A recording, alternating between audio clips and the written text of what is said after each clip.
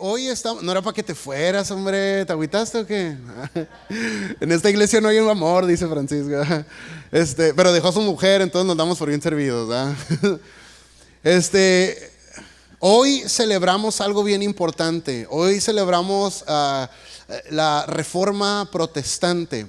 El día martes se celebran 500 años de que un monje llamado Martín Lutero, un jovencito, llegó y él estaba bajo el dominio y se pudiera decir no esclavitud física por cierto, sí, hasta cierto punto, pero una esclavitud espiritual y emocional, una ceguera, una venda religiosa que tenía al mundo en aquel tiempo.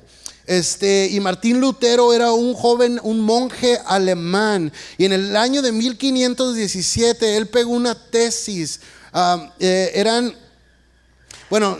Ahí les tenemos un video preparado para que vean. No sé si se puede apagar la luz de allá y vemos. Entonces se celebra no Halloween, se celebra el día de la Reforma.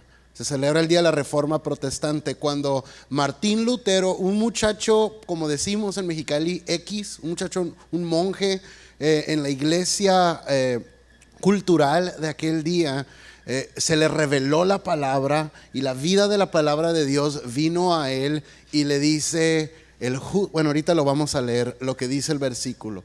Pero, ¿saben? Desde esta época le llaman a esa era o a esta creencia la Reforma Protestante. Y nosotros como cristianos evangélicos, que yo no me llamaría evangélico, yo me llamaría cristiano nada más. El cristiano evangélico nos llaman protestantes.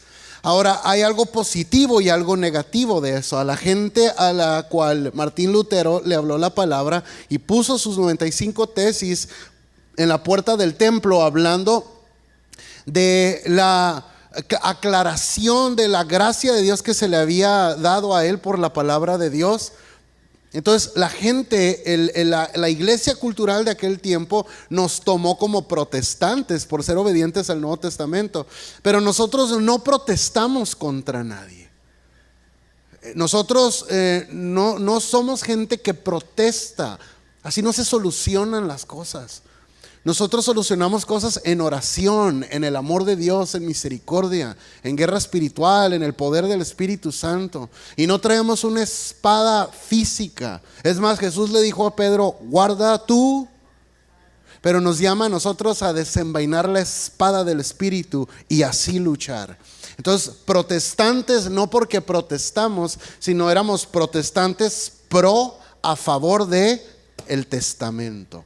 Somos un pueblo a favor del testamento de Dios. Por eso somos protestantes, no porque protestamos contra alguien. Nosotros no odiamos a nadie, nosotros no juzgamos a nadie, y nosotros no queremos convertir a nadie. Nuestro corazón es compartir la palabra de Dios con amor, con gracia y con, como dice en el libro de los Hechos, con valentía, with boldness, es en inglés, con arrojo. Entonces, pues vamos a hablar un poquito de eso, y me encanta porque el Señor me compartió unas marcas. Yo no quiero que nos llamemos protestantes, yo quiero que nos llamamos reformadores. ¿Qué les parece? No protestantes y reformadores. Entonces, si usted toma notas, aunque vimos algo de historia, hoy vamos a ver esto. Vamos a ver las 4 marcas de un reformador. Las 4 marcas de un reformador, si usted está viendo. Porque aunque esto está en la historia y esto está en la Biblia, esto podemos dar pasos prácticos en nuestro diario vivir de gente que ama y abraza la reforma.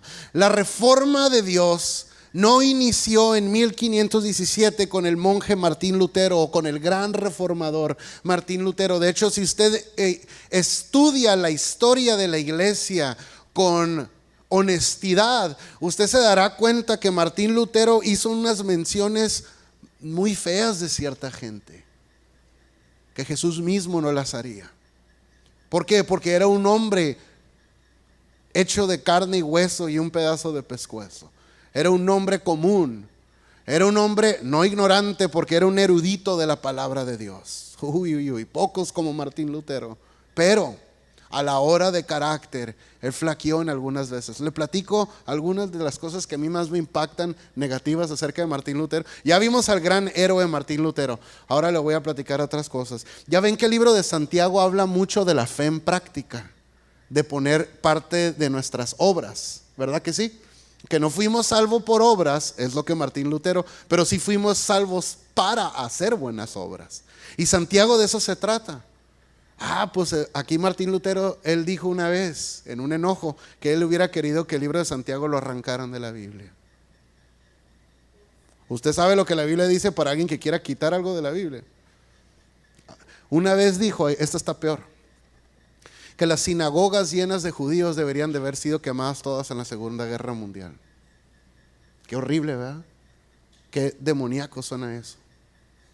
Esa no es nuestra protesta. Contra eso protestamos en el espíritu, contra la violencia, contra el odio, contra el racismo.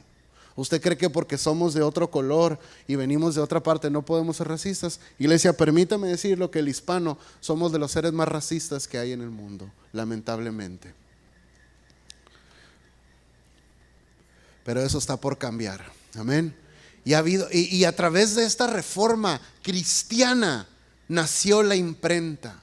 Y hubo héroes en la fe como John Hoover, del que mencionaron aquí también, que este hombre tradujo la palabra de Dios en el lenguaje actual. ¿Sabe para qué? Para que la gente aprendiera a leer. Porque la religión cultural quería tener a la gente ignorante sin que pudiera aprender a leer. ¿Para qué? Porque si tú atas a alguien en su mente, lo puedes dominar. Pero la iglesia no está para atar y mantener a la gente ignorante. La iglesia está para hablarle el precioso y glorioso evangelio de Cristo, y como dice Efesios, para que su entendimiento sea alumbrado y te conviertas o que manifiestes quien realmente eres en Cristo. Como vimos la semana pasada, el evangelio es el mensaje supremo de libertad. Cristo Jesús se paró en la sinagoga y dijo: porque el Espíritu Santo me ha ungido para traer libertad a los cautivos. Esa es la misión de la iglesia. Me da tanto miedo cuando veo gente cristiana queriendo someter y queriendo hacer robots y queriendo todo. Claro que hay restricciones y claro que hay parámetros. Ninguna familia funciona bien sin reglas, ¿verdad que no, papás y mamás? Siempre debe de haber reglas en el juego, siempre debe haber restricciones, pero para el bien de la gente. Para el bien de la gente. Bienaventurado el varón que no se sentó en silla de escarnecedores. Hay una bienaventuranza, hay una bendición para el hombre y la mujer que no. En la restricción hay bendición también. Amén. Amén. Pero este hombre tuvo cosas con las que tenemos que ser muy honestos, que no estuvo bien. Él y Calvino, Juan Calvino, otro de los reformadores que yo admiro tanto. Juan Calvino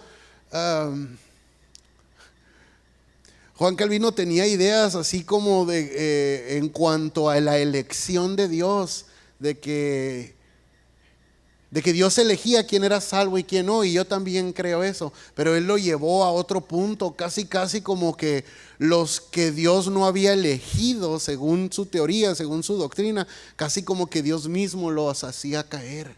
Bien mal, gacho. Estos son los hombres de donde nació lo que nosotros somos.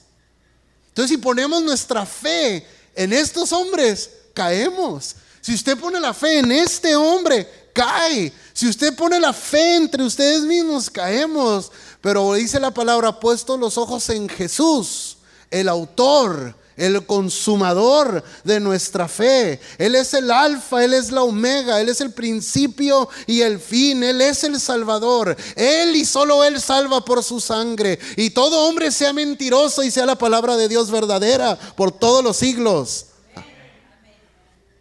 Me siento acá predicador de la reforma protestante de antes, acá de los años 1800, ¿verdad?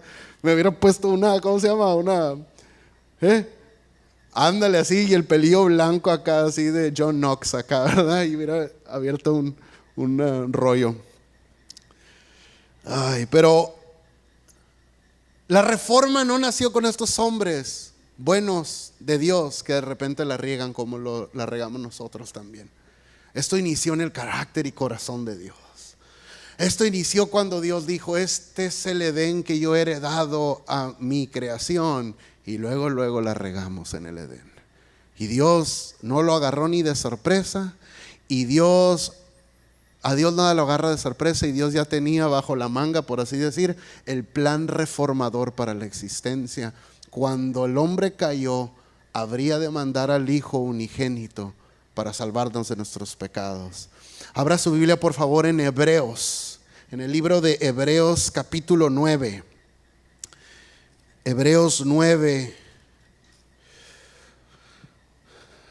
Vamos a leer varios versículos. No hay bronca, es domingo y no se lee tanto, pero hoy yo voy a romper las reglas en el nombre de Jesús. Amén.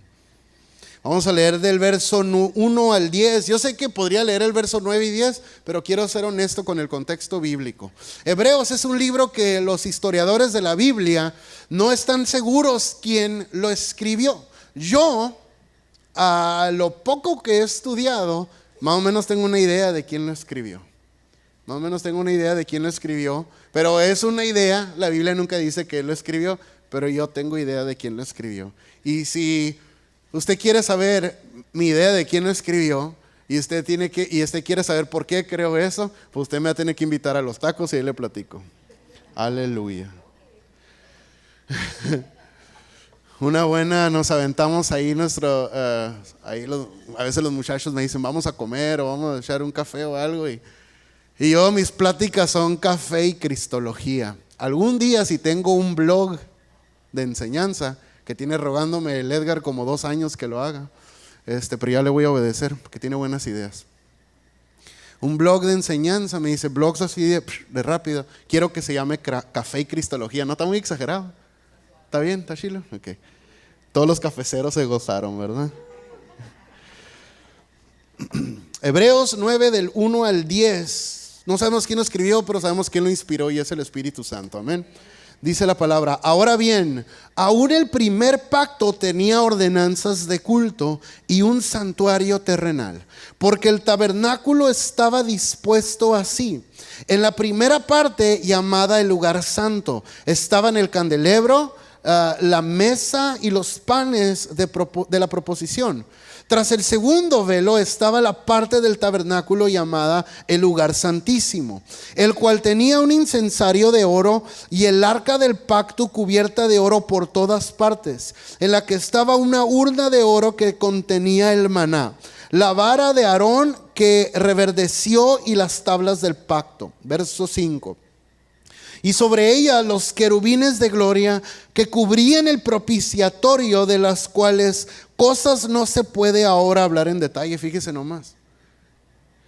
¿Qué cosas, no? Verso 6. Y así dispuestas estas cosas, en la primera parte del tabernáculo entran los sacerdotes continuamente para cumplir sus oficios del culto. Verso 7.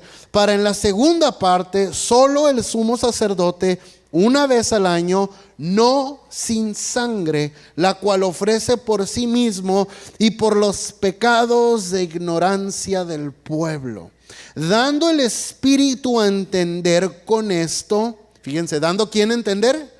El Espíritu Santo a entender con esto, que aún no se había manifestado el camino al lugar santísimo, entre tanto que la primera parte del tabernáculo estuviese en pie. O sea, si todo ese sistema estuviera hasta ahorita, entonces ¿para qué vino Cristo? Si en este tiempo el Espíritu Santo ya estaba obrando en el corazón de los hombres, diciéndole: no es por aquí. O sea, sí es por aquí, but it won't do the work. Pero no va a ser suficiente. Verso 9. Lo cual es símbolo. ¿Es qué? Para el tiempo, ¿qué? Ay, ahí ya se puso bueno. Según el cual se presentan ofrendas y sacrificios que pueden hacer perfecto. que no puede nacer perfecto en cuanto a la conciencia al que practica ese culto, o sea, ni el sumo sacerdote en este caso.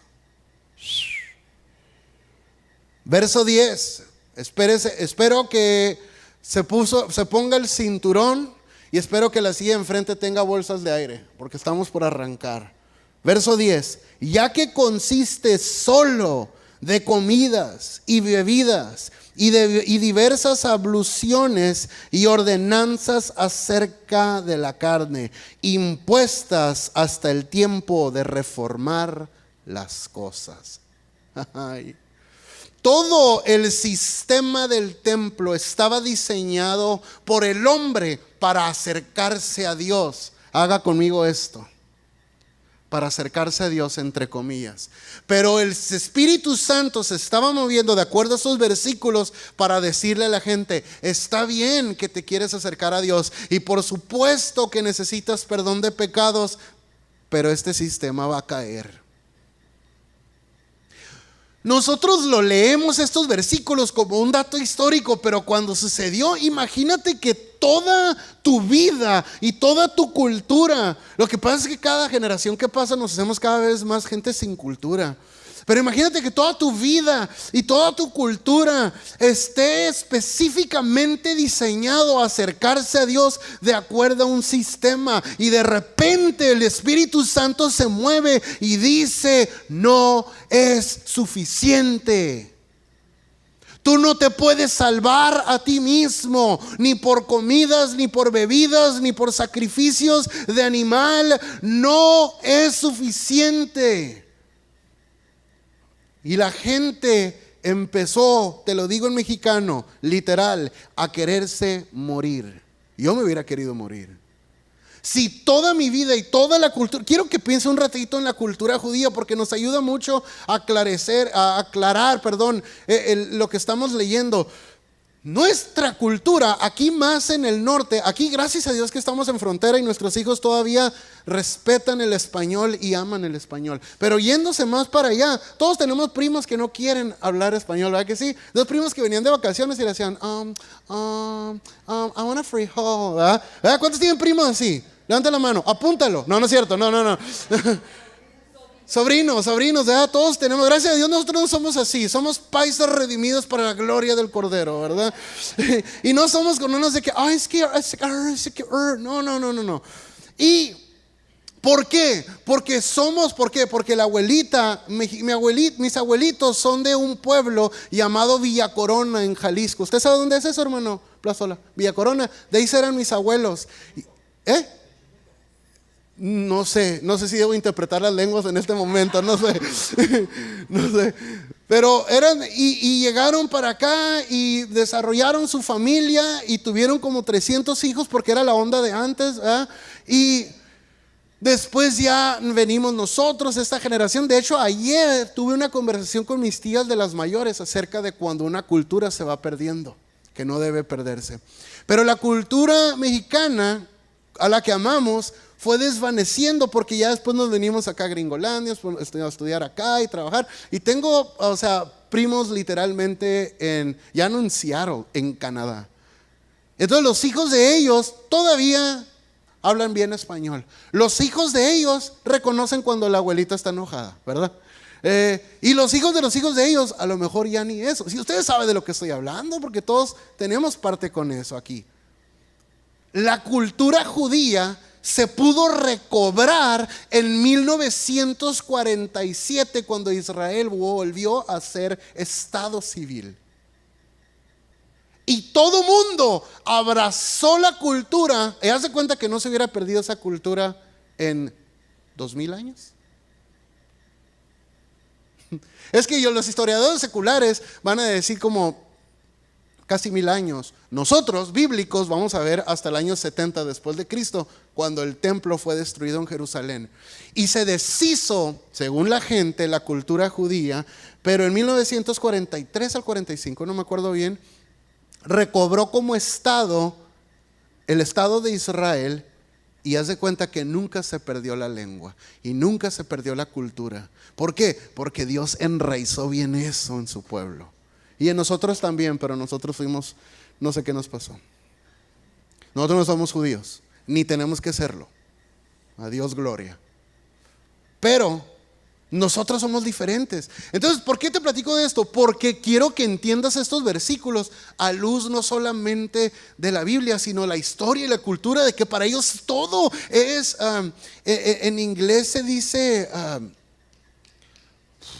no me lo sabía en español, ahora en inglés tampoco, heritage, es herencia, pero es una palabra como que desde adentro. Heritage es no nada más darle a los hijos una casa y un carro y una lana para sobrevivir. Es algo que nace de quién eres tú realmente, se lo pasa. Y la heritage, la herencia de la cultura judía se fue pasando y pasando. Y lo que según ellos sostenía esta herencia, este heritage, era el sistema del templo. Y el Espíritu Santo estuvo hablando y está hablando a su pueblo diciendo: no es suficiente. Y llegan al verso 10, donde habla y se expresa y se manifiesta doxológicamente. Ay, tenía ganas de decir eso. Doxológicamente la gloria de Dios a nosotros, y nos dice: y llegó el tiempo presente de reformar todo. ¿Por qué somos reformadores? Porque nuestro Padre es un reformador de todos y de todo. Y eso es bueno, pero eso es doloroso si no estamos abrazados del presente mover del Espíritu Santo.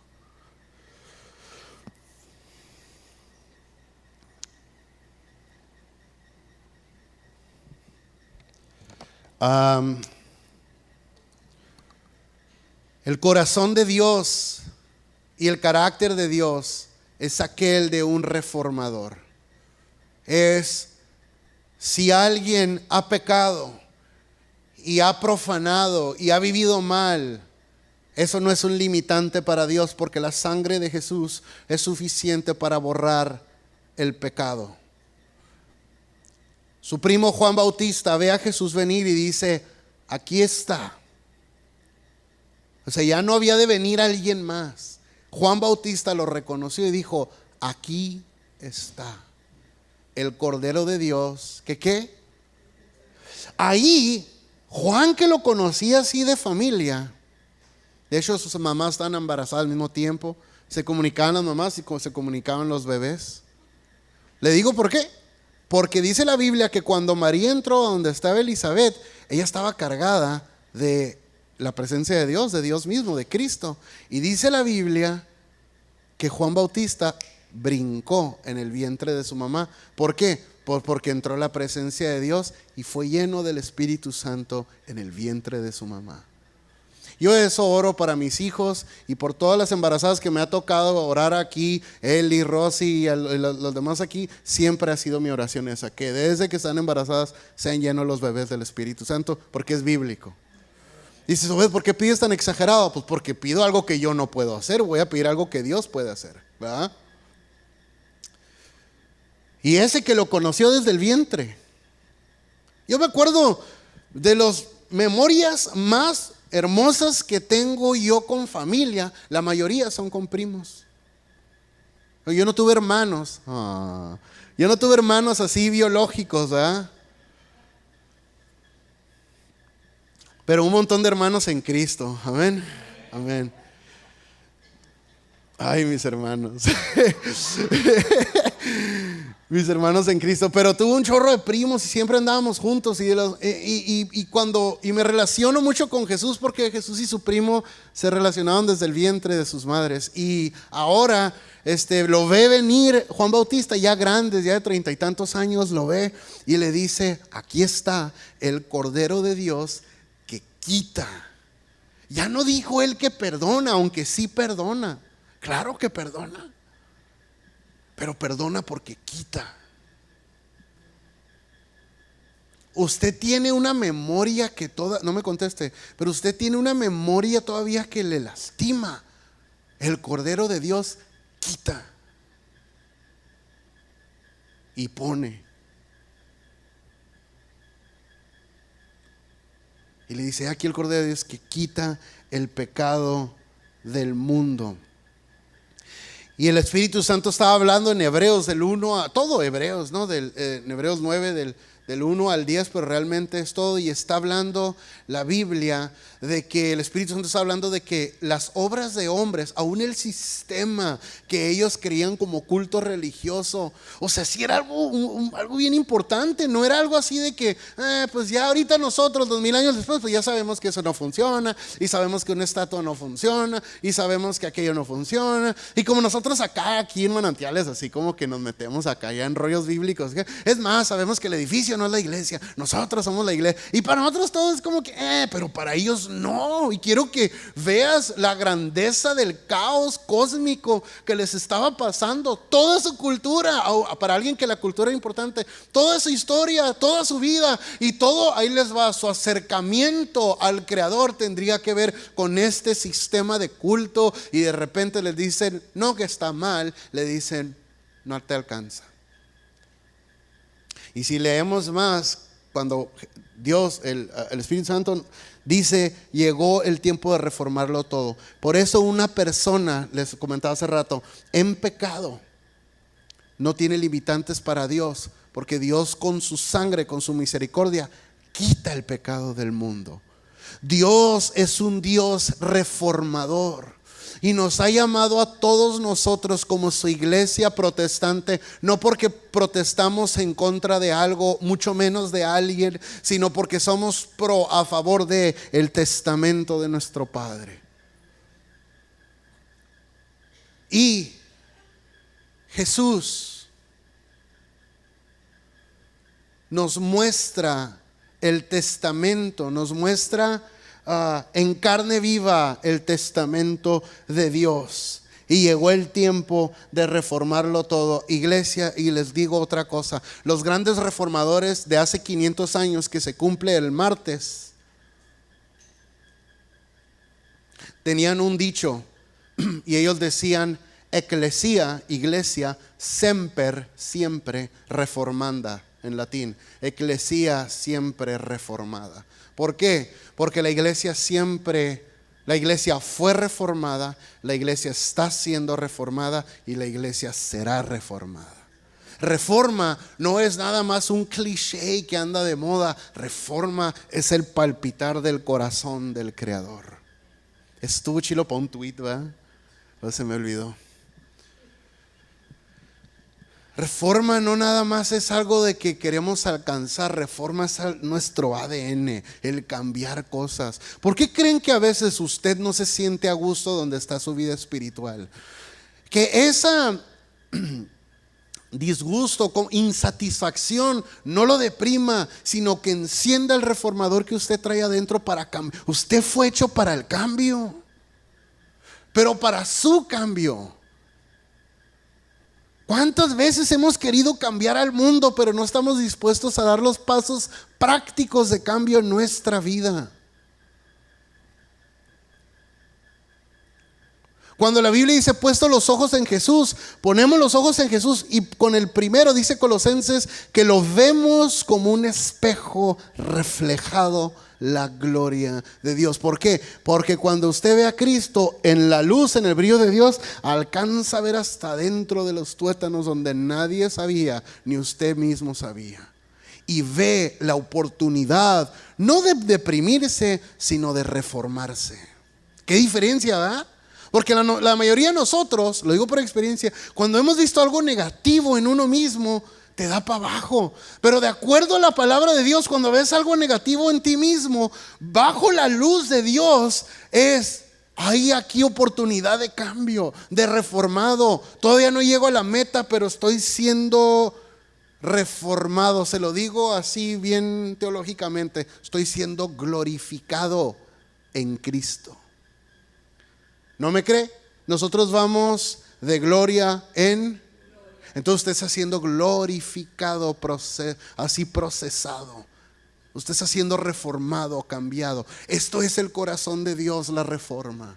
Ecclesia semper reformanda. Ecclesia siempre reformanda. La iglesia fuimos reformados, la iglesia estamos siendo reformados, y la iglesia siempre será reformada. Amén.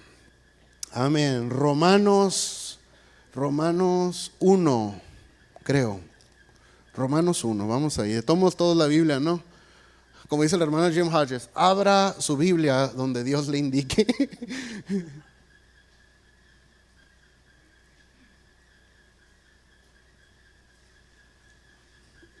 Oigan, no se me olvide, porque a mí todo se me olvida. Y luego les digo que me acuerden y ustedes no me acuerdan luego. Pero la semana pasada fue cumpleaños de Greg y yo fui a felicitarlo ahí y oré por él ahí con su mamá y su familia y todo. Pero quiero que ahora todos oremos por él y su familia. Y luego mañana cumpleaños mi esposa y me gustaría, ya la mayoría de edad, Lilia por fin va a poder manejar.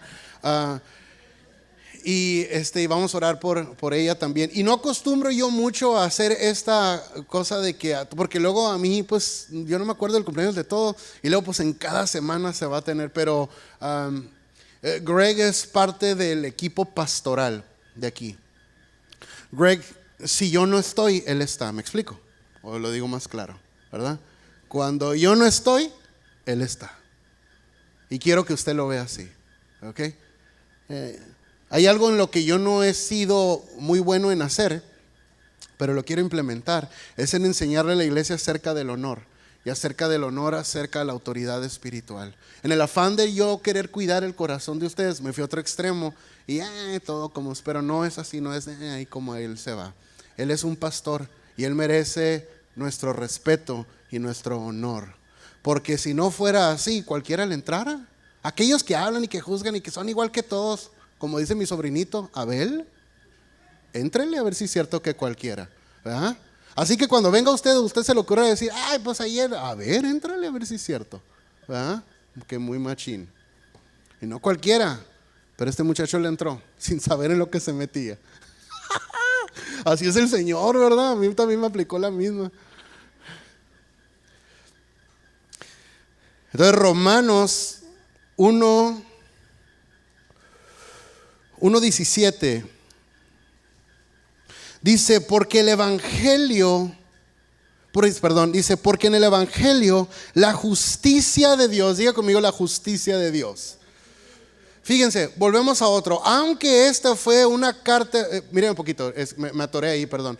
Aunque esta carta fue escrita a romanos, no fue escrita por un romano. Fue escrita, según yo, no les quiero decir porque les voy a evitar que me inviten a los tacos. Según yo, lo escribió el mismo que escribió Hebreos. Entonces lo escribió un hebreo, aunque fue una carta a Roma.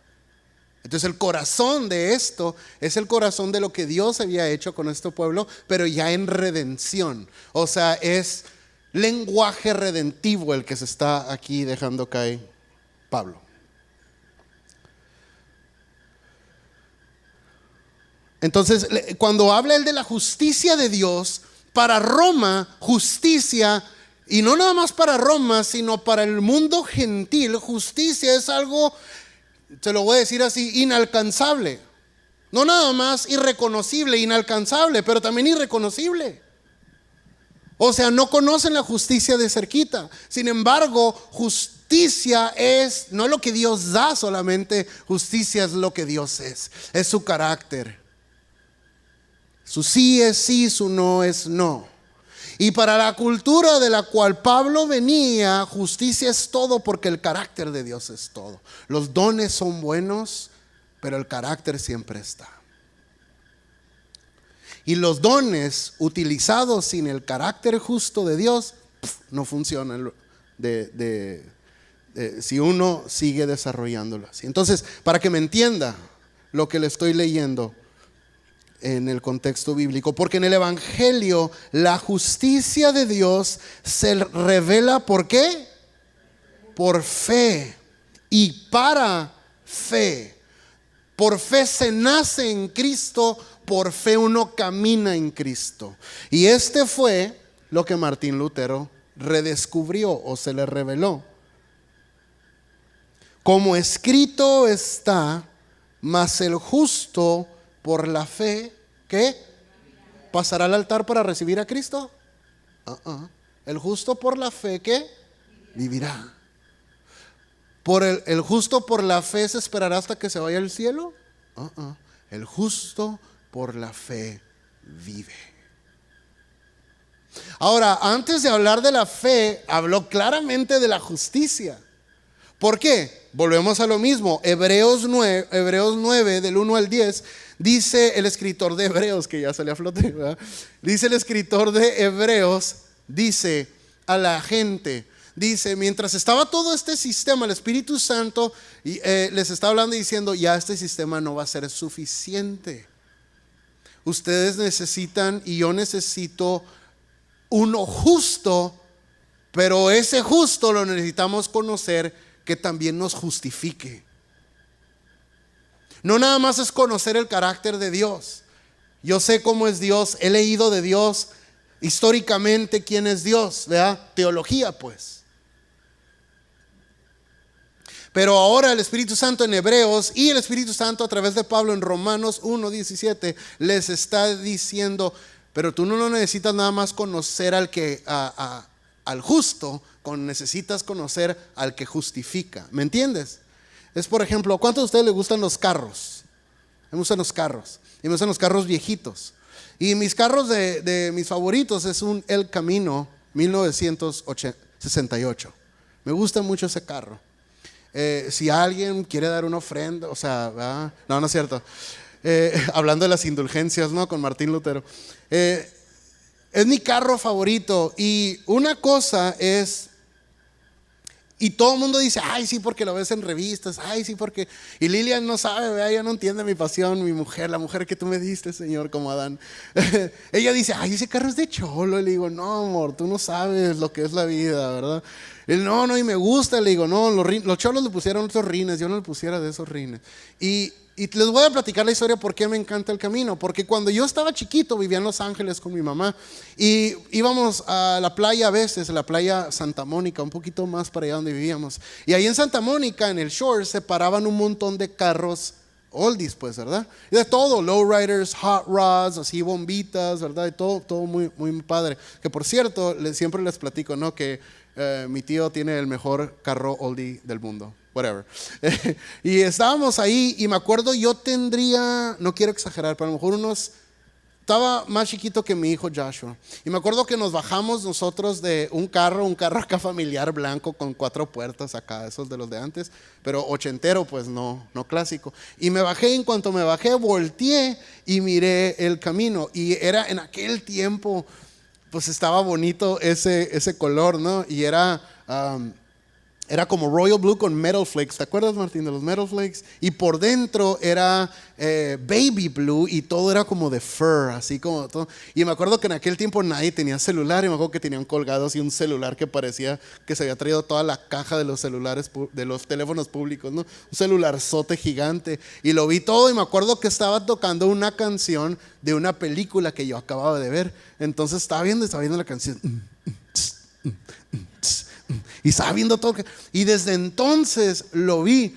Y entonces nos bajamos del carro. Y ¿cómo nos pasa cuando llegamos a nuestra charanda enseguidita de un carro nuevecito? No quieres ni tocarlo, ¿verdad? Sí. Y mi mamá, cuidadito, no te vayas a bajar. Y luego la finta de esos parece que andan armados, ¿verdad? Cuidado.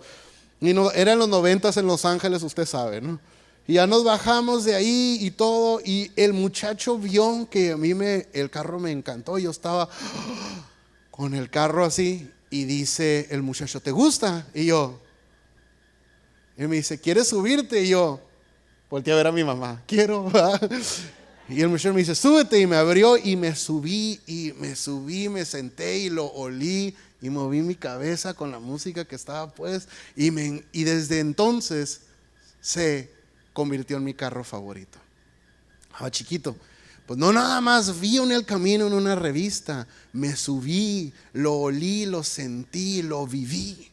Y la justicia de Dios, que es el carácter de Dios, hay gente que lo conoce teológicamente, lo conoce algo lejano, pero en Cristo la justicia de Dios está disponible a vasijas de barro tan frágil como usted y como yo.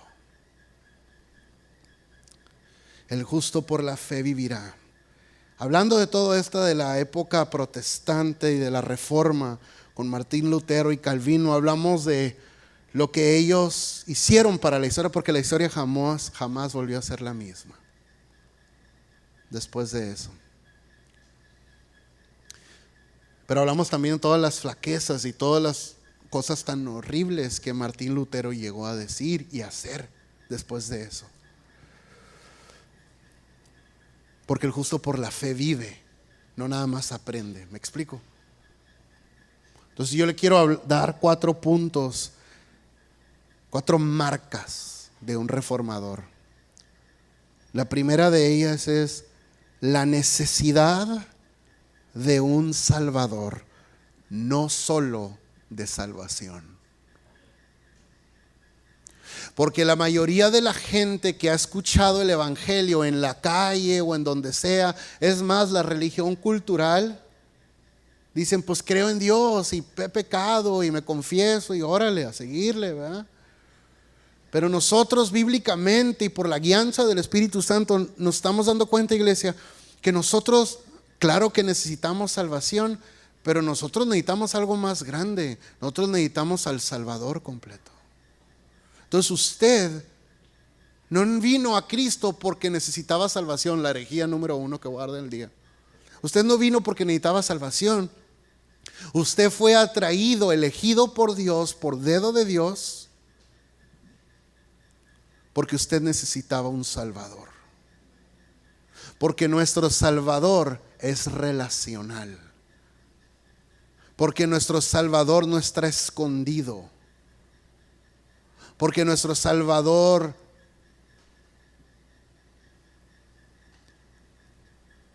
está cerquita. Dice la palabra, hablando de Jesús, y le pondrás por nombre Emmanuel, que traducido es Dios. Cuando vuelva a leer ahí Dios con nosotros en el idioma original, dice Dios de cerquita. Dios es relacional. Entonces, la primera marca en el corazón de un reformador, de alguien que fue reformado por Dios, está siendo y se extiende a los posibles cambios de Dios en el futuro, es abrazamos la realidad de que necesitamos a un Salvador. Era lo que anunciaba el Espíritu Santo en Hebreos 9, ¿verdad?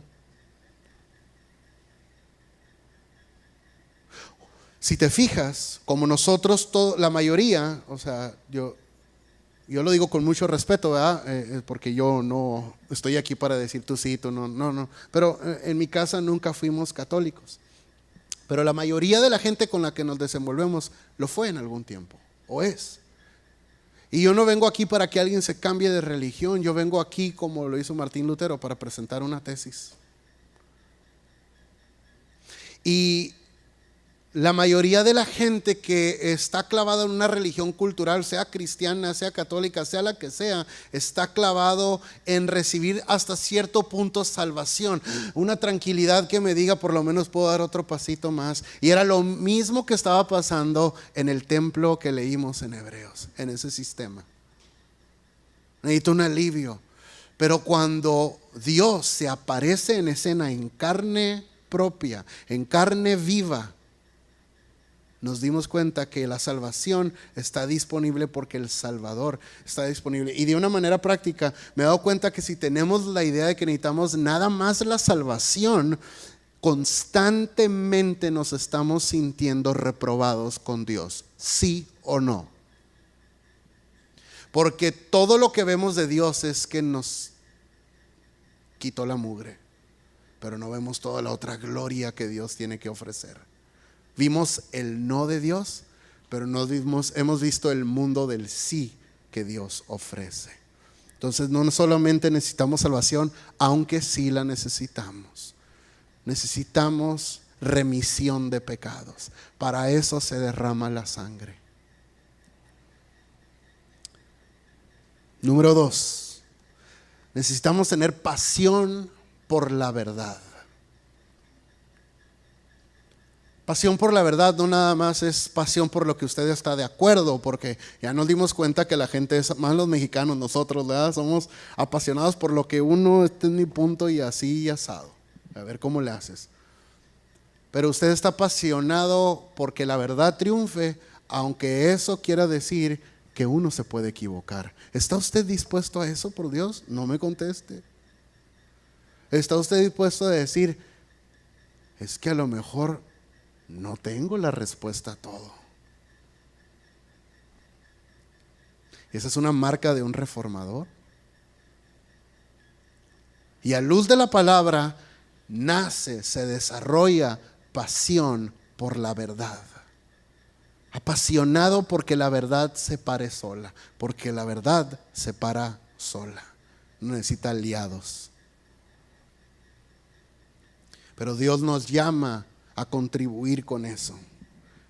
Y pasión por la verdad, pasión por la verdad tiene mucho que ver con aclarar las cosas. Los demás puntos que voy a dar son demasiados prácticos, ni usted no lo va a ver tan espiritual, pero sí lo son.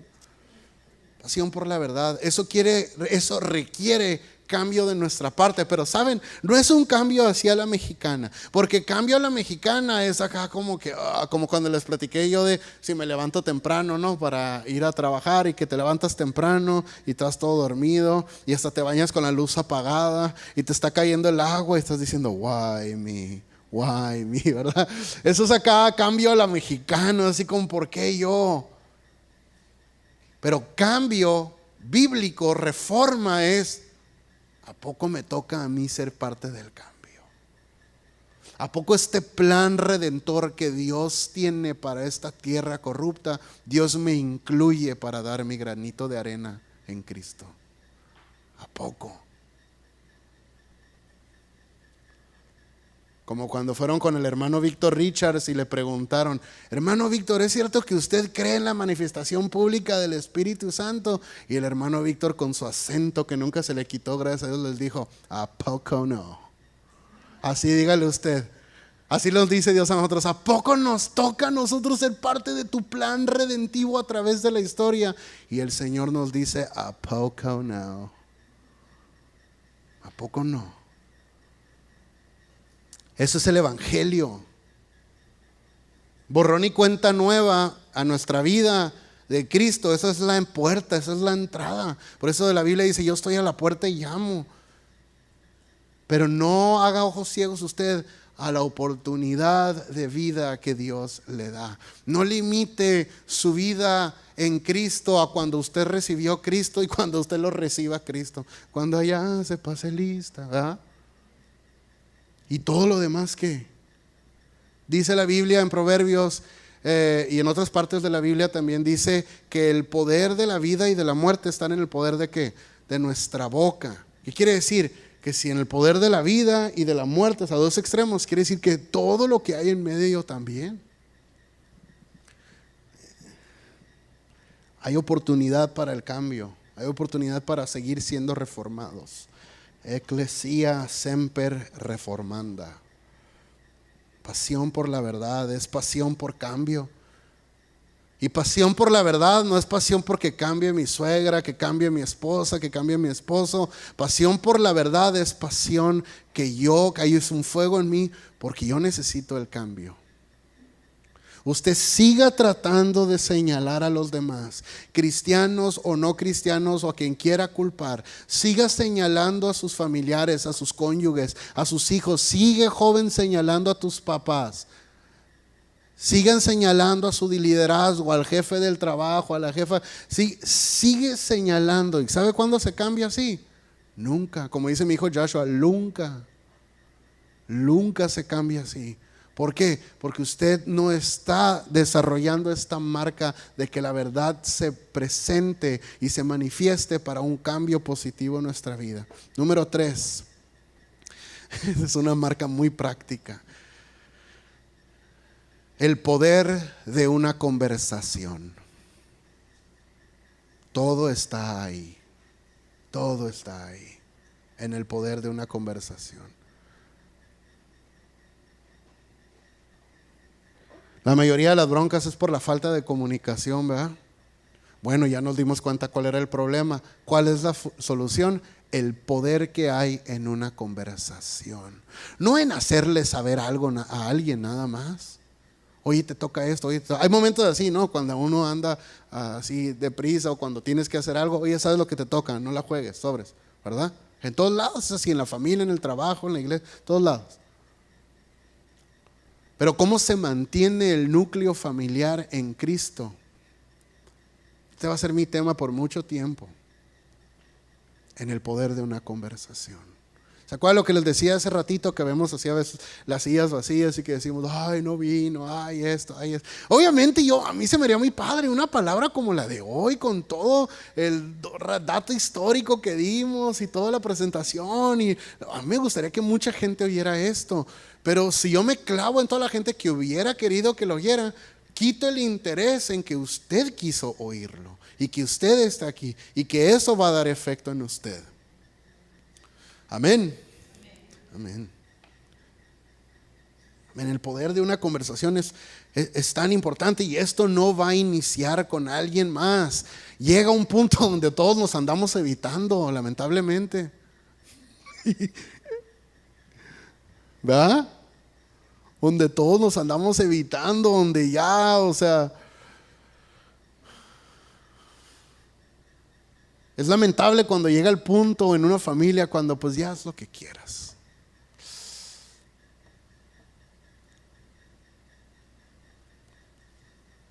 Y eso, hasta eso tiene solución, pero todo es en el poder de una conversación, y esto nace de ti.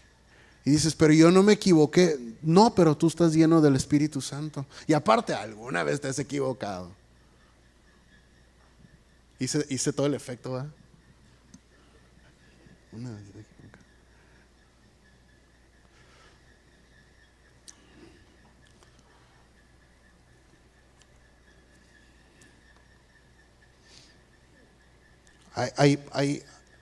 Hay una claridad, hay un poder que existe en una conversación, pero esto es algo que Dios puso en ti y que tú vas a desarrollar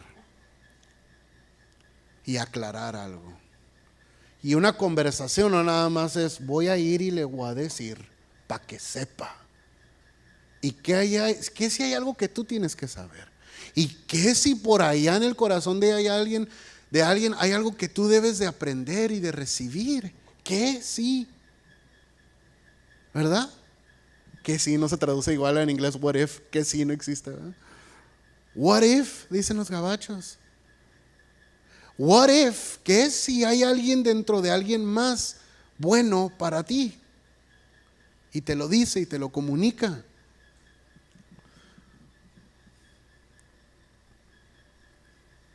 Todo está en el poder de una conversación. Y al principio, otra cosa práctica, pero no quiero que te agüites, porque va a pasar. Al inicio de cuando tú quieres iniciar una conversación, en el peor de los casos, te van a querer batear. Van a decir, ay, viene. Pero es inevitable. Si quieres romper esa barrera, necesitamos la conversación. En el mejor de los casos es, ay, pues voy a platicar pues para hacerle el paro, no quiere hablar, porque así pasamos a veces. Ay, pues ya dijo el pastor que fuéramos. Ay, ¿verdad? Pues le voy a hacer un paro, pues para que ahí, mira, pobrecito, mira ahí, mira, pobrecito, ¿verdad? Está bien, si es así al principio está bien, pero que no sean así 14 años más. Porque ya después esto te debe interesar a ti también. Todo está en el poder de una conversación. Cuando yo me iba a casar, yo soy hijo único, ¿verdad? Iba a decir de mi mamá. Yo soy hijo único de mi mamá. Pues sí, ¿verdad? Porque no soy hijo único de mi papá. Pero soy hijo único, y cuando yo me iba a casar, yo sabía que mi mamá quería una conversación conmigo, ¿verdad? Como la última conversación antes de que esta mujer se lo robara. No es cierto. Pero yo sabía que mi mamá quería tener esa conversación. ¿Y saben qué hacía yo? Evitarla como la plaga. Y un día Dios, ya saben cómo es Dios, así como que yo se me figura como que Dios se la cura de uno a veces, así como que ahí va, lo va a agarrar pichoncito ahorita. Y el lugar donde mi mamá se fue a hacer como su pelo, su cara, no sé, es lo que se hace todas las mujeres en la cabeza. Era el mismo lugar, ajá, que Lilia se hacía y que la mejor amiga de Lilia, que iba a ser la dama de honor, se hacían. Y mi mamá no conocía a esta muchacha, la amiga de Lilia. ¿Eh? Ah, sí la conocías, no la reconocís porque ya estaba grande, ¿no? La dejaste.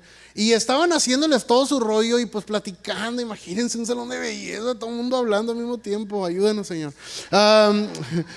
Y estaba ahí la muchacha que iba a ser dama con Lilia y le estaban haciendo todo ahí el cotorreo en su cabeza.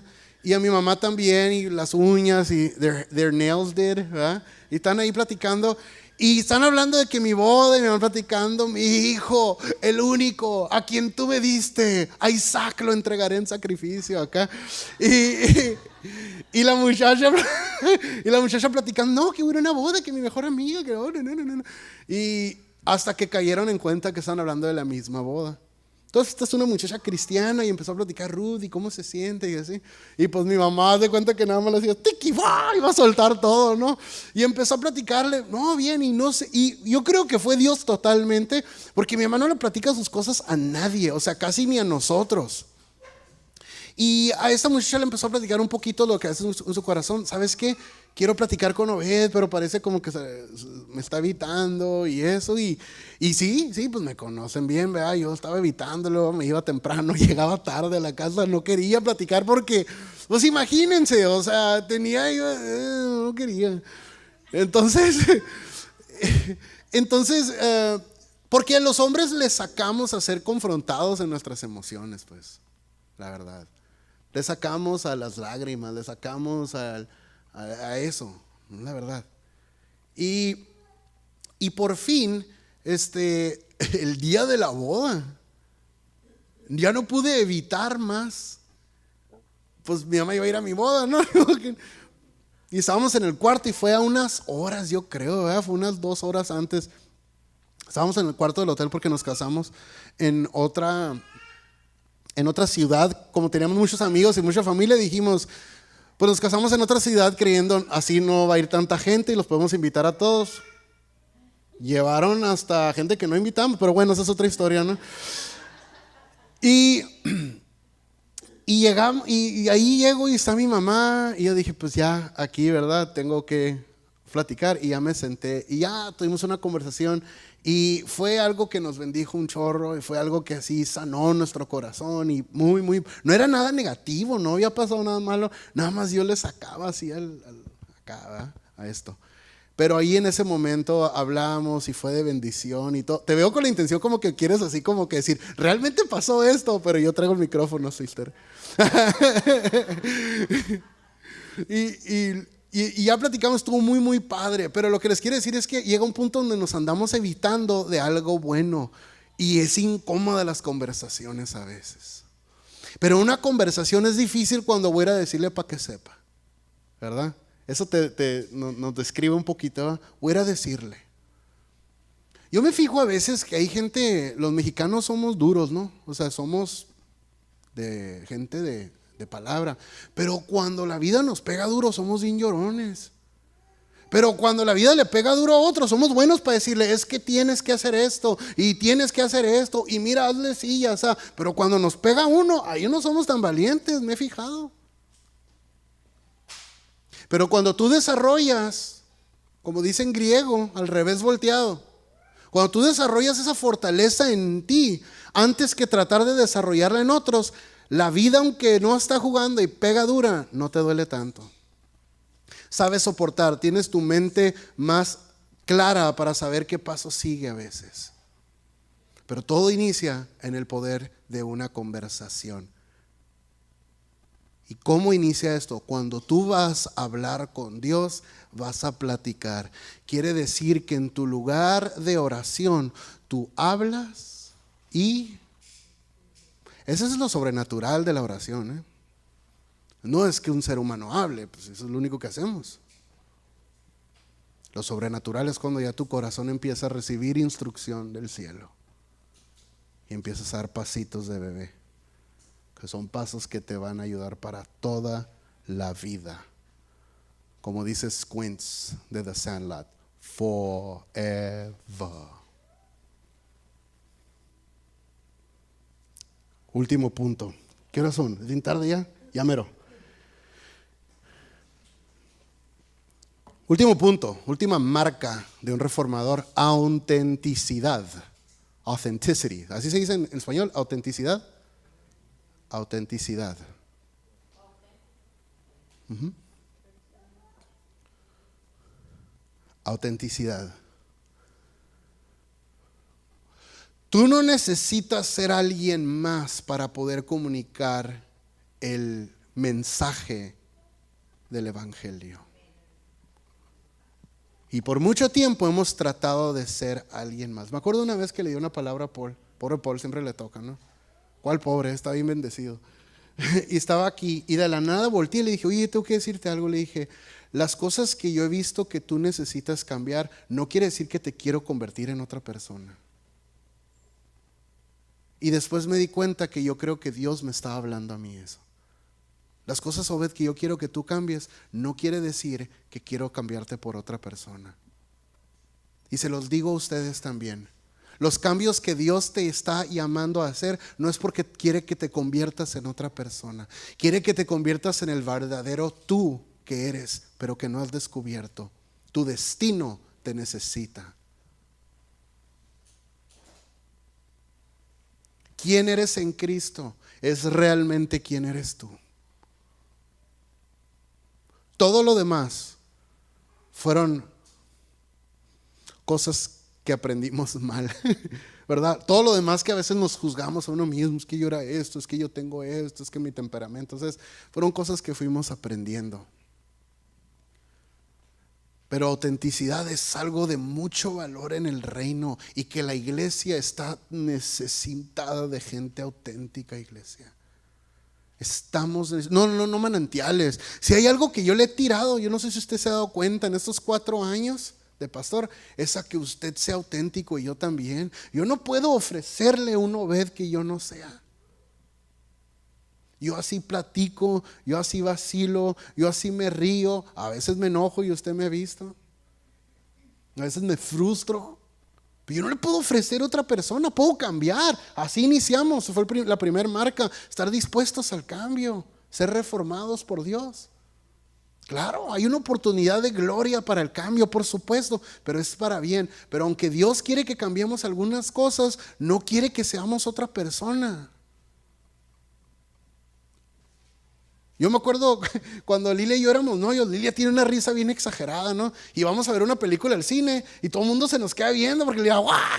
Y yo, oh my gosh. Y ellos nos vieron en un congreso. Y así. Y un día, me acuerdo que le quise decir a Lilia algo así como que: Lilia, amor, ya, ¿verdad? Como buen esposo mexicano.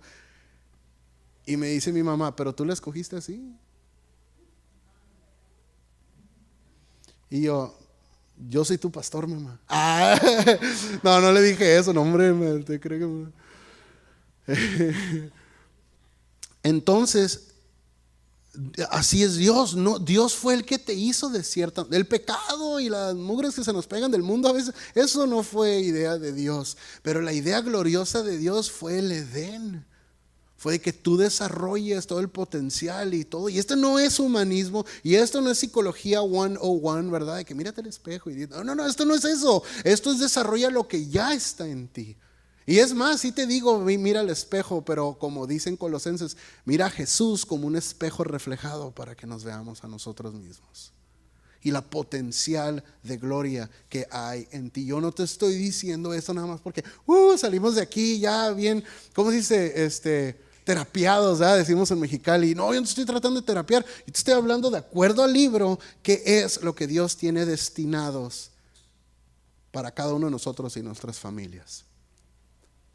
No porque Dios ve cosas en uno que uno debe cambiar, quiere decir que nos quiere convertir en otra persona. Autenticidad es de mucho valor en el reino.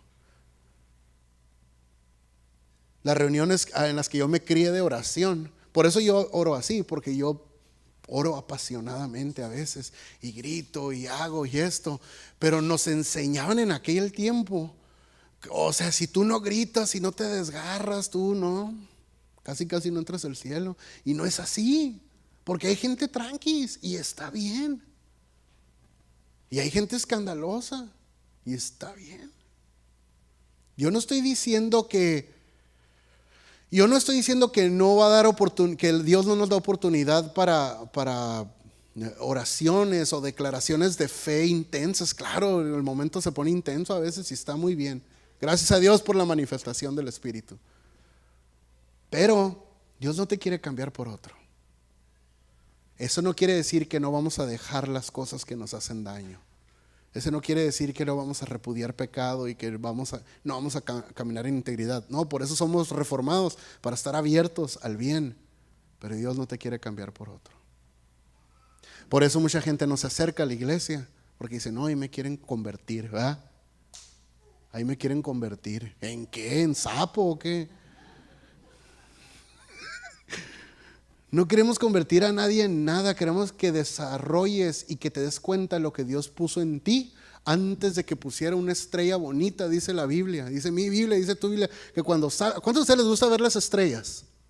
Qué bueno, porque es muy bíblico que te gusten las estrellas. Cuando salgas y veas las estrellas o andas en la rumba donde se ve más bonito todo y que veas y que dices, no puede ser, o sea, qué bonita esa estrella. Pero la Biblia dice en el Antiguo Testamento que Dios puso destino en mí antes de poner esa estrella ahí. O sea, hay algo más precioso en ti que en el cosmos. Amén. Amén. Vamos a orar. ¿Qué les parece? Póngase de pie y vamos a orar.